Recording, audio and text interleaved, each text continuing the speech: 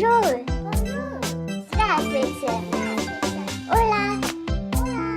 Konnichiwa. Xin chào. Sawadika. Apa kabar?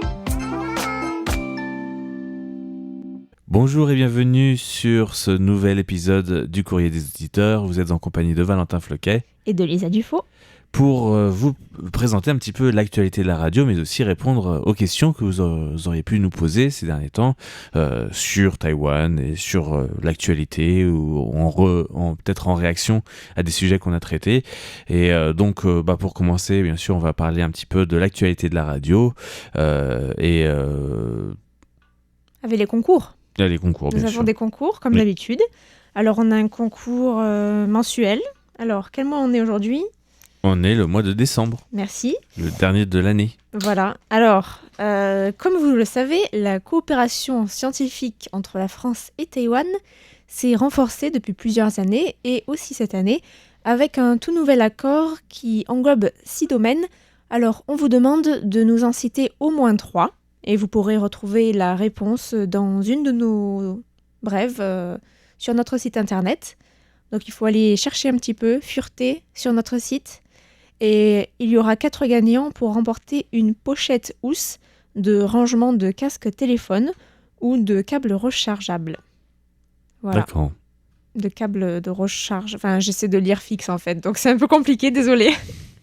Oui. Mais voilà, donc une pochette housse, Et il y en a combien à gagner en tout ? 4 gagnants. Voilà, donc tentez votre chance. On a déjà reçu plusieurs bonnes réponses. Et vous avez encore 3 semaines quand même pour participer, donc c'est pas mal. Voilà. On a aussi un concours mensuel pour les Trimestriel. mois... Pardon, désolé, oui. Octobre, novembre et décembre. Alors, pour ce concours, il faut citer 3 vidéos de la chaîne YouTube de RTI, le RTI français, hein. N'allez pas écouter les vidéos du service anglais ou du service espagnol. Ou alors les vidéos C'est de nos RTI, vidéos qu'il faut écouter. la radio-télévision ivoirienne, parce qu'il y a aussi un compte YouTube RTI Ah qui oui, est c'est celui vrai. de la Voilà, Donc, donc il faut voilà. citer 3 vidéos de notre chaîne, attention, qui portent sur les cultures autochtones. Il y en a beaucoup qui ont été faites cette année. Donc il faut nous en citer 3 et nous dire pourquoi vous avez préféré ces 3 vidéos. Voilà. Donc voilà, ça fait C'est un partie peu du pour concours. inciter la participation et pour encourager nos auditeurs qui n'ont peut-être pas le réflexe d'aller sur YouTube à aller voir nos vidéos parce qu'on fait des vidéos qui complètent bien les reportages, parfois sans reportage, mais parfois qui complètent des reportages. Et c'est pas mal de voir Ouais. ça en images. Voilà, j'en profite, je rebondis puisque j'ai fait une vidéo un peu particulière cette semaine par rapport à d'habitude, puisque j'ai réalisé une vidéo en lien avec... elle a un peu de retard parce qu'elle est en lien avec un événement qui a eu lieu en septembre, qui est le festival de Canggu, qui a eu lieu à Tauchung et qui était revenu après 4 ans de Covid. Enfin, de la période de Covid et de pandémie. Et donc, voilà, j'en profite. Si vous voulez passer sur YouTube, allez voir la vidéo. Voilà, il y a une petite présentation. Et en plus, ce qui est intéressant, c'est que c'est un peu interactif avec un participant qui était un Français qui participait cette année à la plus grande escalade, qui est une structure de 43 mètres de haut. Voilà. Donc, je fais une petite pub pour cette vidéo-là aussi. Merci. En- Alors, il y a Attends. des cadeaux à remporter. Il y a 4 baozi dans leur petit panier. Ce sont des petits pains à vapeur farcis. Et bien sûr, ce sont des faux. Voilà. Ouais, Ils ce sont dans sont leur des petit panier. représentations. Et Ouais. j'imagine que ce sont soit des porte-clés, soit des petites décorations. De ce que j'avais vu, ouais, c'était des petites décorations, peut-être même des magnets, enfin des Ah, d'accord. des des aimants. aimants. Ouais. Ok. Bon, très bien. Tentez votre chance. Il n'y a plus que 3 semaines. Et voilà. On a déjà reçu pas mal de réponses. Donc, merci à tous. Et on remercie également tous ceux qui nous ont envoyé des rapports d'écoute, notamment Philippe Marsan, qui nous écoute depuis Biganos, qui nous a écrit, Jayanta Chakrabarti de New Delhi, Daniel Villon, qui a reçu les cadeaux made by Tiffen et Florian, je la cite. On a aussi reçu un mail de Gilbert Dupont qui nous a dit que malheureusement, il y avait quelques phrases qui étaient fortement perturbées. Donc voilà, on espère que l'écoute va s'améliorer. Et Gilles Gauthier également, on le salue, qui a envoyé des retours très positifs sur l'émission de notre stagiaire Suzanne. Voilà, donc c'est encourageant pour eux, pour elle en l'occurrence. Donc merci à tous. C'était l'émission sur la prison en Chine avec l'interview de Li Mingzhe.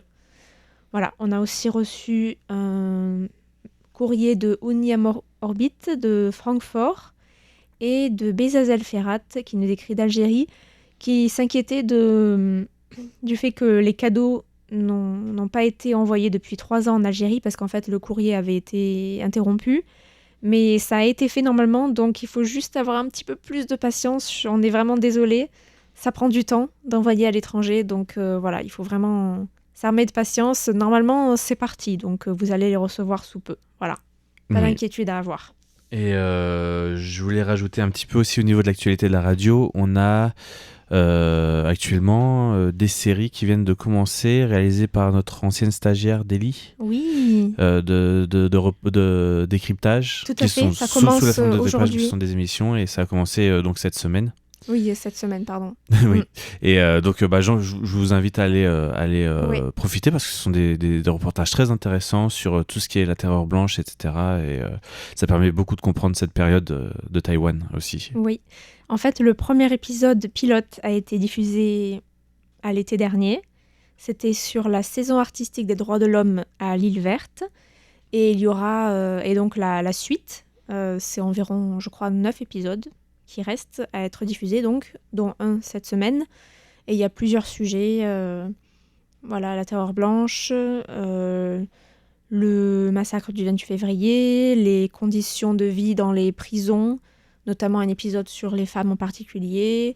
Il y a des interviews d'anciens prisonniers, voilà, et c'est vraiment très intéressant, donc on vous encourage à aller Et écouter. elle reprend l'histoire aussi de Chum Wen-chun, Oui. la mort d'un activiste qui est sur le campus de Un NTU. ancien professeur taïwanais. Voilà. Voilà, bon ben, on va passer aux questions Oui, maintenant. on va passer aux questions. On va commencer peut-être par une question de Maggie Roy. Allez, Donc Maggie Roy qui nous a fait un email pour nous remercier parce qu'elle a reçu les cadeaux, le calendrier RTI de 2024 avec des couleurs pastel. Elle a bien aimé le coloris et la thématique du calendrier et qui illustre bien les valeurs de notre station. vous avez de la chance parce que nous, on n'a pas encore eu le droit de voir ces calendriers. Ouais, moi, j'ai Moi, pas je les vu ai non pas plus. vus. Et elle a reçu C'est également seulement pour les auditeurs apparemment cette année, donc Et elle a reçu également les cadeaux des concours, notamment l'écusson Scramble. Donc je rappelle, le terme veut dire c'est un appel d'urgence que les pilotes d'avion doivent partir en mission rapidement. En général, il y a dans l'alerte, il y a le terme Scramble, c'est un terme spécifique à l'aviation militaire. Et donc je voulais le rappeler parce que ça a été beaucoup traduit en France par d'autres termes. Et je rappelle que c'est vraiment un terme technique de l'aviation militaire. Et donc voilà,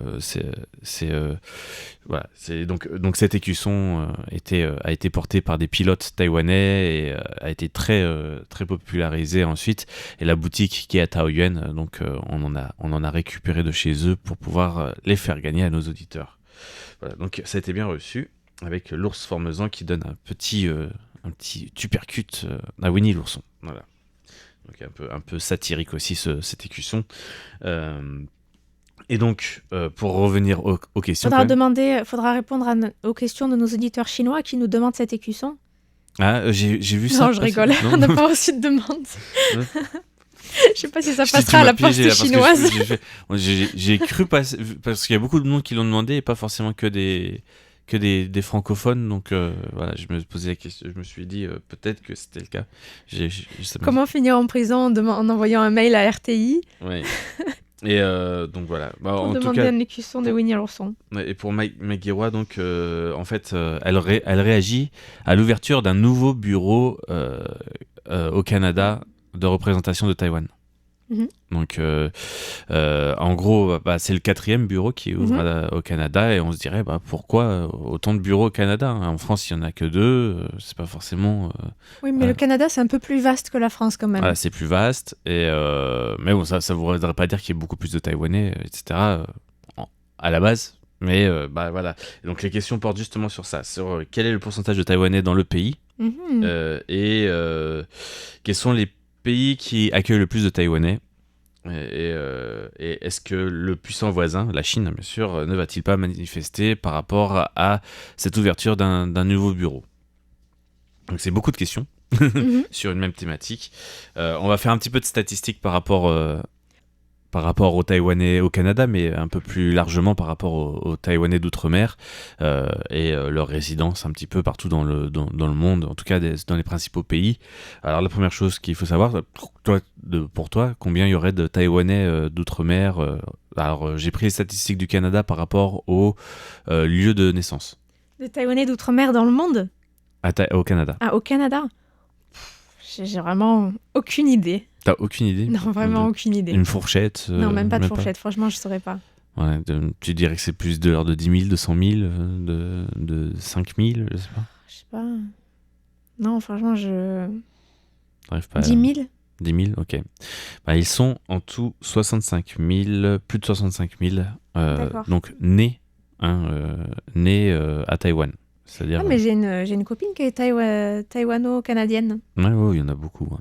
Donc Oui. 65 000, c'est quand même assez conséquent. Hein.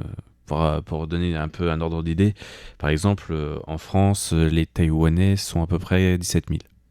Voilà, donc c'est quand même assez important.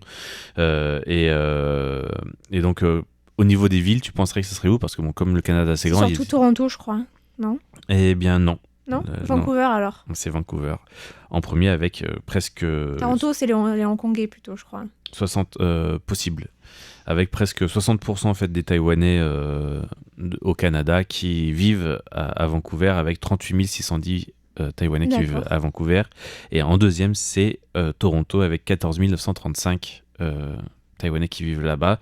Et Ah oui, ça Du fait, côté, ça fait du monde, quand même. du côté québécois, pour donner un peu une échelle, il n'y en a que 2260. Surtout à Montréal. Et au Québec, la province de Québec en général, il y en a 2500. D'accord. Voilà. Oui, beaucoup moins.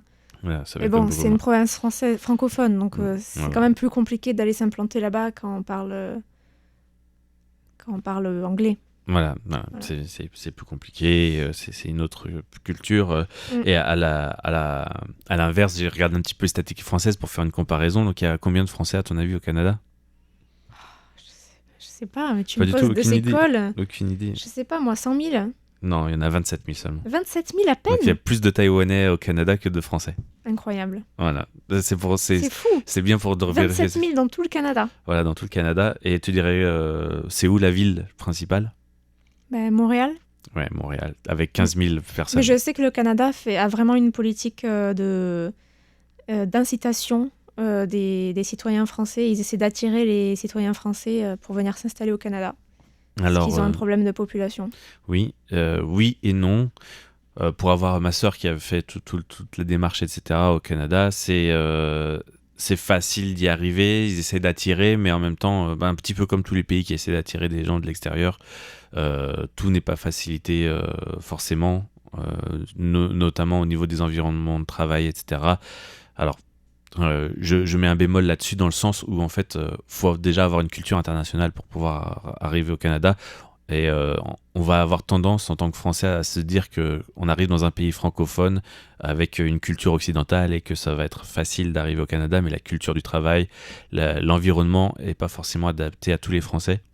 Et certains vont penser vont vouloir faire comme en France au Canada, et ça marche pas en fait. Et il y en a beaucoup aussi qui reviennent du Canada au bout de quelques années parce que ça ne marchait pas.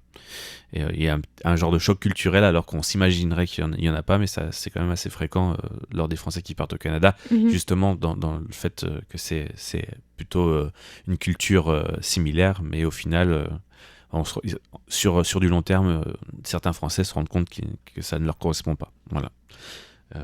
En tout cas, ça a été le vécu de ma sœur, et j'ai vu des articles là-dessus aussi qui parlaient aussi un petit peu de ce vécu un peu difficile pour certains Français au Canada.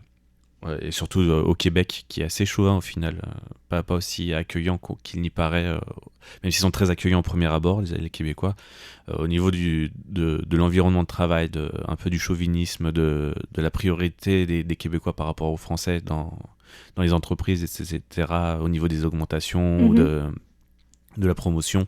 Il y a pas mal de frustration qui se crée chez les Français au Canada dans certaines situations. Encore une fois, je ne généralise pas. Je dis que ce sont des cas qui arrivent fréquemment. Après, je ne vais pas dire que c'est la majorité, mais quand on va dans cela reste un pays étranger.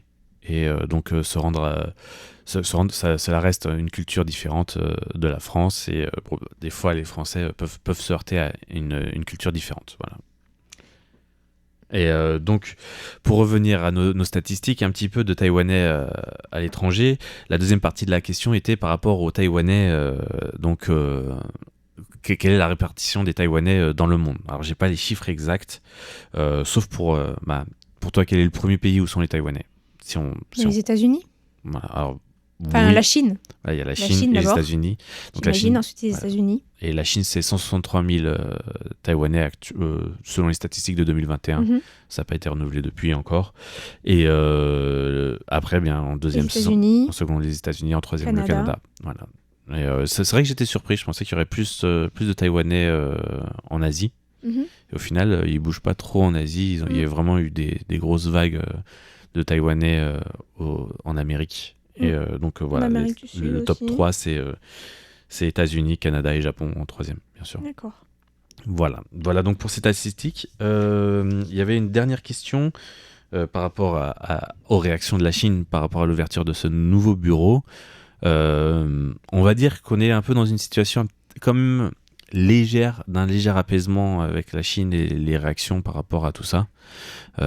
Ils ont fait un communiqué, mais ça a vraiment pas suivi. Il n'y a pas eu de sanctions ou quoi que ce soit envers le Canada pour avoir laissé ouvrir un nouveau bureau de représentation de Taïwan, alors qu'il y a eu beaucoup plus de manifestations sur l'ouverture de bureaux précédemment dans d'autres pays. J'ai l'impression que la Chine s'oppose beaucoup plus frontalement à l'ouverture de bureaux avec l'Europe de l'Est et aussi avec d'autres pays d'Asie notamment, ou alors ça peut être quand c'était au Somaliland ou alors dans d'autres pays comme ça. En tout cas, je pense que les pays qui ont beaucoup de poids diplomatique, comme le Canada, en principe, la Chine ne s'oppose pas si frontalement que ça. Ouais, c'était pareil pour l'ouverture du deuxième bureau en France. Il n'y avait pas eu il y avait eu un communiqué, je crois, de l'ambassade de Chine en France, mais il n'y avait pas eu de suivi de grosses sanctions ou quoi que ce soit. Et mais vraiment, c'est aussi parce que ces pays-là vont être un peu plus diplomatiques entre guillemets. Ils vont faire bureau de représentation de Taipei, ou ils vont rester dans ce que la Chine dit acceptable. Donc voilà, et là c'est pareil, c'est le bureau de représentation de Taipei je sais d'ailleurs c'était où le quatrième bureau, tu te souviens? Le quatrième, c'est à Montréal. C'est à Montréal, ouais. Donc voilà, c'était c'était le bureau de représentation de Taipei à Montréal, et donc c'était beaucoup plus facile à accepter dans les limites que la Chine dit. Et puis il faut vraiment dire, il y a aussi un contexte périodique entre guillemets dans le temps, puisque la Chine est plutôt dans une tendance à être un peu moins virulente par rapport à Taïwan, à la question de Taïwan, puisque si on se souvient bien, lors de la PEC et lors de la rencontre entre Xi et Biden, Xi a dit que ce serait pas qu'il n'avait pas l'intention d'agir militairement dans un proche futur. Donc voilà, tout ça, on est comme sur des signes un peu d'apaisement, même avec le monde occidental et le monde américain, même plus précisément. Et ce qui fait que voilà, il n'y a pas eu trop de réactions, en tout cas j'en ai pas vu beaucoup, même sur les réseaux sociaux, par rapport à cette ouverture. D'accord. Voilà. Bon, eh bien, merci à Maggie Roy pour cette question.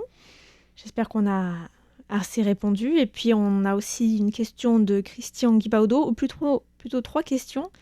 Il nous a d'abord envoyé un message en nous disant qu'il avait entendu dans des conditions par ailleurs très difficiles sur les ondes courtes la station taïwanaise Fuxing Broadcasting Station, et il nous demandait si c'était une station gouvernementale de la République de Chine, enfin le nom officiel de Taïwan. Et donc moi-même, je n'avais jamais entendu le nom de cette radio, donc je suis allée un petit peu chercher. Et c'est en effet une station de radio qui est gérée par l'État, qui est financée par l'armée taïwanaise, et qui est basée sur le campus de l'université Mingchuan à Taipei, qui a été fondée en 1957, avec 3 antennes actuellement, une à Taipei, une à Taichung et une à Kaohsiung. Et c'est d'abord cette chaîne, enfin cette station-là, elle a d'abord une audience taïwanaise qui est plus qui parle pour parler des informations interdétroits. Et puis il y a aussi la partie onde courte avec pour les auditeurs en Chine pour faire un petit peu la propagande pro-Taïwan en fait.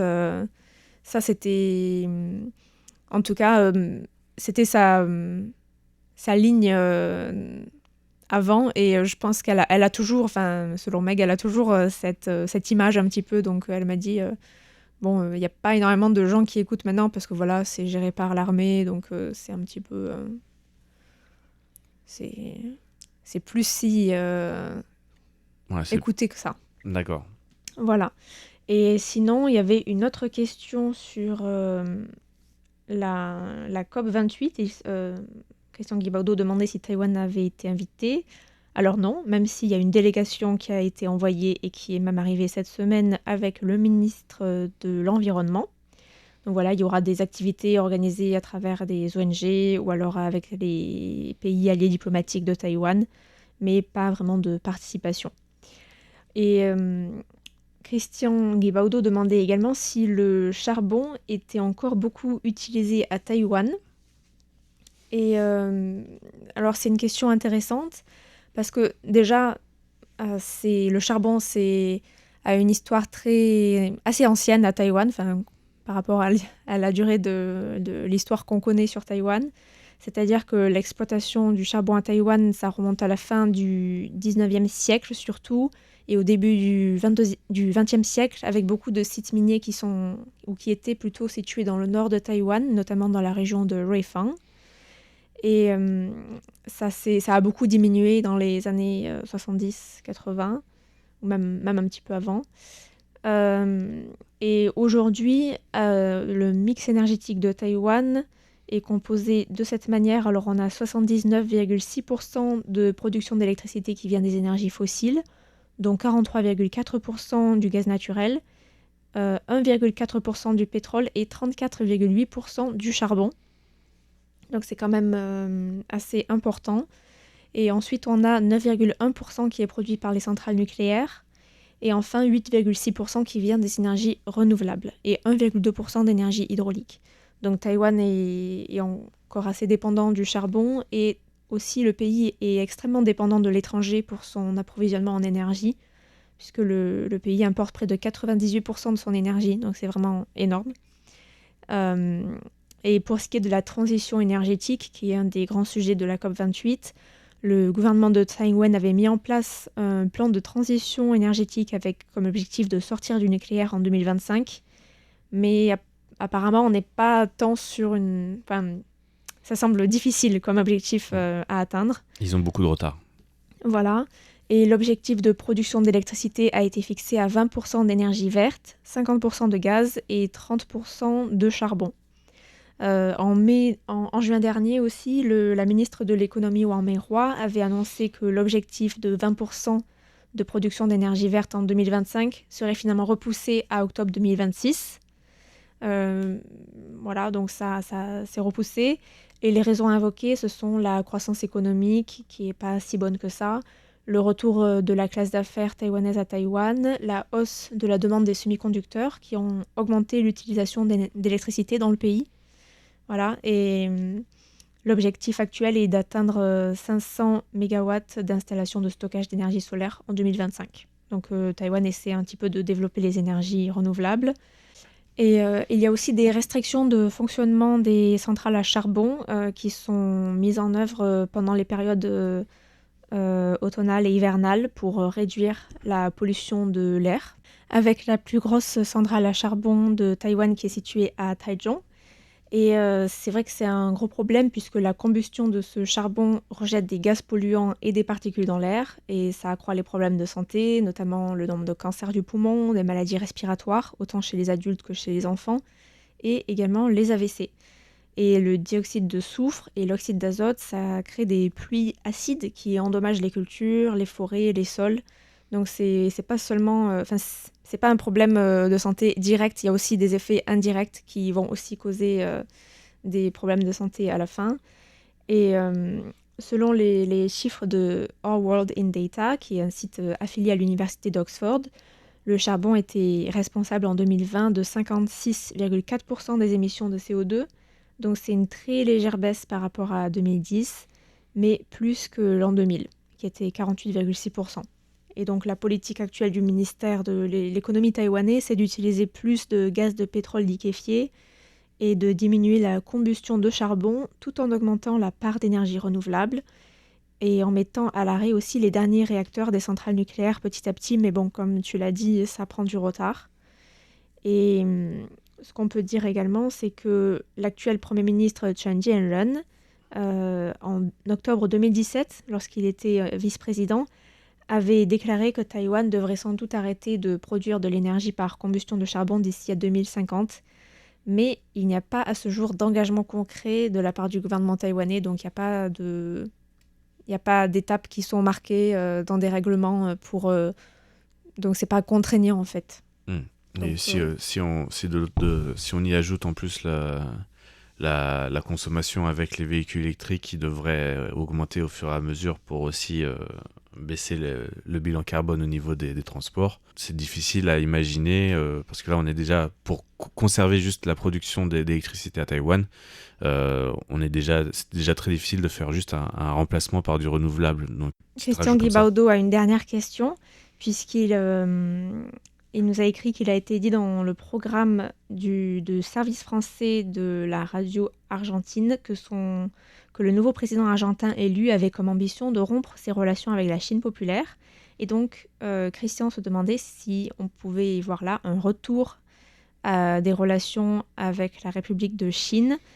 Et en fait, c'est un petit peu plus flou que ça, puisque Javier Milei a dit qu'il éviterait les relations avec les pays communistes comme la Chine, qu'il gèlerait les relations commerciales officielles avec la Chine, puisqu'il estime que certains problèmes économiques du pays sont dus à la Chine, mais il n'a pas dit expressément qu'il allait rompre les relations diplomatiques avec la Chine. Je pense que c'est pas dans l'intérêt de l'Argentine. Ouais, c'est juste reprendre un genre de souveraineté économique plus qu'une rupture complète diplomatique. Alors, les relations diplomatiques entre l'Argentine et la République de Chine, donc Taïwan, ont été établies en 1945 et l'Argentine a cessé de reconnaître Taïwan en février 1972, donc quelques années avant la rupture diplomatique entre Taïwan et les États-Unis, et l'établissement des relations diplomatiques officielles entre Pékin et Washington.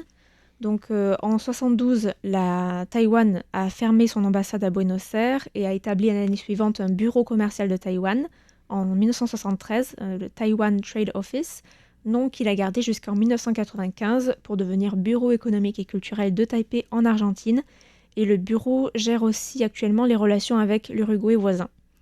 Donc les échanges bilatéraux ont assez augmenté ces dernières années entre l'Argentine et Taïwan, malgré l'absence de relations diplomatiques. Et j'ai aussi appris qu'il y a eu une vague d'immigrants taïwanais, surtout entre 30 et 40 ans, au début des années 80 et dans les années 90 aussi, ce qui fait que ce qui est aujourd'hui appelé le barrio chino, le quartier chinois, était à l'origine centré sur la rue Taïwan, la calle Taïwan, en référence à ces immigrants. Et ils ont ensuite été supplantés en nombre par une vague d'immigrants chinois arrivés un petit peu plus tard, plusieurs années plus tard. Et d'ailleurs, on a le service espagnol d'une Taïwanaise qui a grandi en Argentine. Alors, je ne sais pas si elle fait partie de ses... Peut-être si ses parents font partie de cette génération-là qui est allée en Argentine. Il faudra lui demander. Oui. Mais en tout cas, voilà, c'est intéressant. Et il y a beaucoup de Taïwanais qui ont émigré en Amérique du Sud.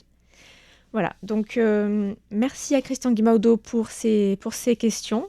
Et puis, on vous retrouve la semaine prochaine pour le prochain courrier des auditeurs, puisque c'est déjà la fin. Donc, merci à tous et à bientôt. Au revoir.